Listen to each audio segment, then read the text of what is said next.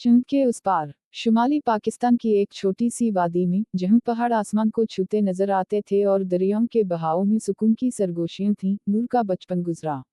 नूर हमेशा से अपने गांव की लड़कियों से मुख्तलिफ थी। वो सितारों की दुनिया में खोई रहती और रात के आसमान में झिलमिलाते हुए सितारों को देखकर एक अजीब सी जुस्तजू उसके दिल में बेदार हो जाती थी। इसके वालिदैन एक रिवायती खानदान से ताल्लुक़ रखते थे और नूर से तवक्को रखते थे कि वो भी दीगर लड़कियों की तरह अपनी जिम्मेदारी में मसरूफ़ हो जाएगी। लेकिन नूर का दिल एक आज़ाद परिंदे की तरह था जो उन पहाड़ों के पर देखना चाहता था।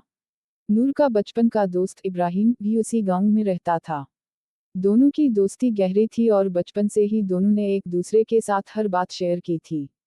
नूर और इब्राहिम घंटों बैठकर सितारों, सैयारों और आसमान की बातें करते। इब्राहिम का ख्वाब था कि वो एक दिन माहिर फल्कियात बनेगा और नूर भी इसके ख्वाबों की हमराही में हमेशा रहती थी। इब्राहिम के वालिदैन ने उसे तालीम हासिल करने के लिए शहर भेज दिया और नूर का वाहिद हमराज भी इससे दूर हो गया।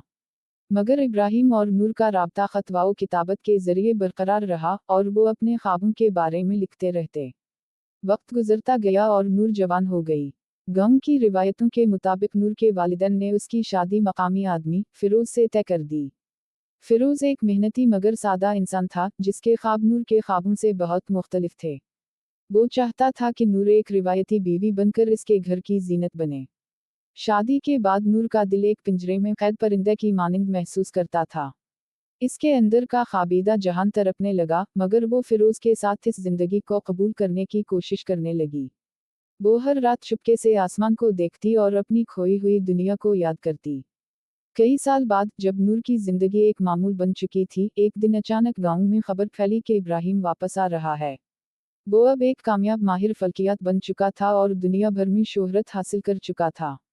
इब्राहिम की वापसी ने नूर के दिल में एक भोला बिसरा ख्वाब जगा दिया।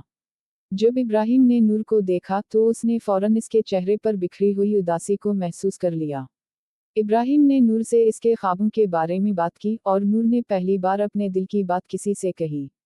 इब्राहिम ने नूर को बताया कि वो एक इनकलाबी खलाई मिशन पर काम कर रहा है और वो चाहता है कि नूर इसके साथ शामिल हो। इब्राहिम के साथ नूर की मुलाकातें बढ़ने लगी। वो फिर से वही पुराने दिन याद करने लगे जब उनका दिल सितारों के साथ जड़ा हुआ था। इब्राहिम के साथ नूर ने एक नई जुस्तजू शुरू की और उस खलाई मिशन में अपनी दिलचस्पी दिखाई। नूर ने फिरोज से बात की और अपनी ख्वाहिश का इजहार किया कि वो इब्राहिम के प्रोजेक्ट का हिस्सा बनना चाहती है। मगर फिरोज इस बात पर राजी नहीं हुआ।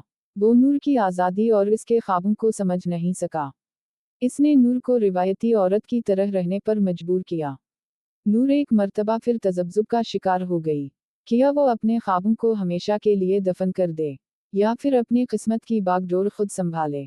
एक दिन इब्राहिम ने नूर को बताया कि वो जल्द ही अपने मिशन पर रवाना हो रहा है। इसने नूर को आखिरी मौका दिया कि अगर वो इसके साथ आना चाहे तो उसे बस एक फैसला करना होगा। नूर ने अपने दिल की सुनी और पहली बार अपनी जिंदगी का फैसला खुद करने का इरादा किया। रात के अंधेरे में नूर ने अपनी जिंदगी का सबसे बड़ा कदम उठाया। वो गांव छोड़कर इब्राहिम के साथ शहर चली गई, जहां इन्होंने खलाई मिशन पर काम शुरू किया। ये मिशन इंसान को पहली बार चंद से आगे एक नई दुनिया की तरफ ले जाने वाला था। नूर ने अपने ख्वाबों को हकीकत में बदलते देखा और बिलाखिर वो चंद के उस पार जा पहुंची जहां इसके ख्वाबों की दुनिया थी। नूर की कहानी एक ख्वाब, मोहब्बत और आज़ादी की जुस्तजू की दास्तान है। इसने साबित कर दिया कि जब एक इंसान अपने ख्वाबों पर यकीन रखता है तो वो समाज और हालात की दीवारों को पार करके अपनी मंजिल तक पहुंच सकता है। नूर की जिंदगी की तरह हम सब के दिल में कोई ना कोई ख्वाब होता है और उन ख्वाबों की तकमील के लिए हमें सिर्फ अपने दिल की सुनने की ज़रूरत होती है।